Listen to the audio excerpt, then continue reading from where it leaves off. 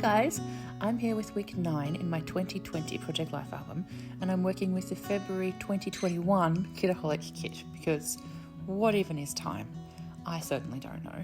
So you saw I had that awesome cut apart sheet, which has got some beautiful 3x4 cards on it, and then I also have a floral with a pretty check pattern on the back. So I'm going to be working with those, and I really liked the cut apart because it had a bunch of floral leafy kind of motifs on it that go quite well with my photos, which I've also got some sort of leafy backgrounds and some flowers and things, as you can see.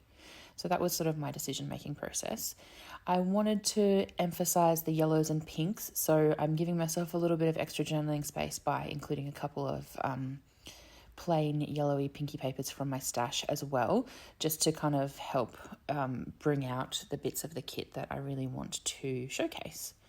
So this is a piece of scrap paper that I tore out of an old journal, and I've got a bunch of those. Whenever I do that, I've got a little drawer in my studio where I keep paper that I could potentially journal on in an art journal or a situation like this, or a junk journal or whatever. So I've always got sort of scrappy paper on hand. So I've cut them down to size in a way that lets me put them on those cards and leave a border.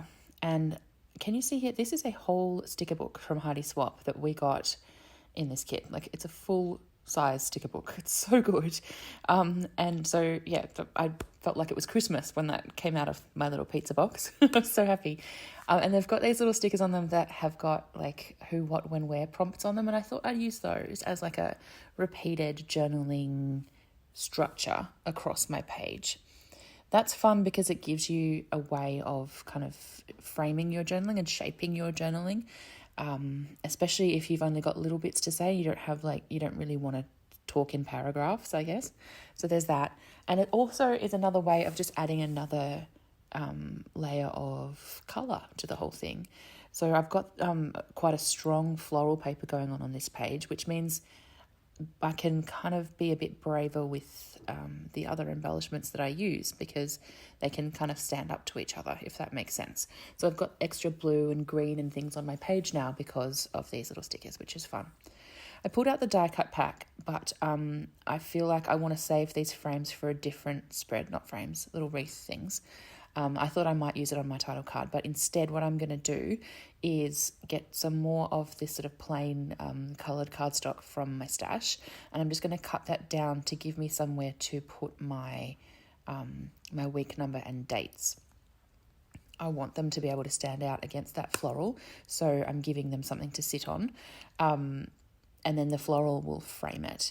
I do end up covering up more of it than I would like, but luckily I have a piece of that same paper over on the other side of the page, so you still get to see the pretty florals, and then you've got that continuity of it going across both pages of the spread. So that's going to go on there, and then I wanted to use some of these cute photo corners to, in a second, once I've stuck it down, to frame it a little bit and then help it just sort of work with the background a bit. So there's some green ones in there, some kind of olive green, which is very similar to the green of the leaves in this paper. So that works really nicely, and I'm just going to stick them around the this little spot that I'm creating for myself, and they'll frame it. I really love photo corners. They're super fun. And I'm not always sure how to use them, but I think situations like this are really good, as well as when you mount a smaller photo onto just a journal card. Like if you've got a 3x4 journal card and you print a photo at like 2.5 square, sticking the photo corners on there can be a really cute way of helping it stand out.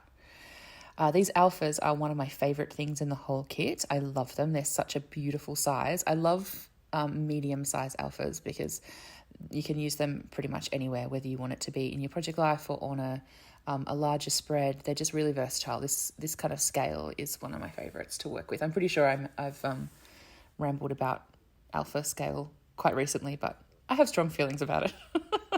So the fun thing about these ones is you get them in white and in this lovely sort of pale blue.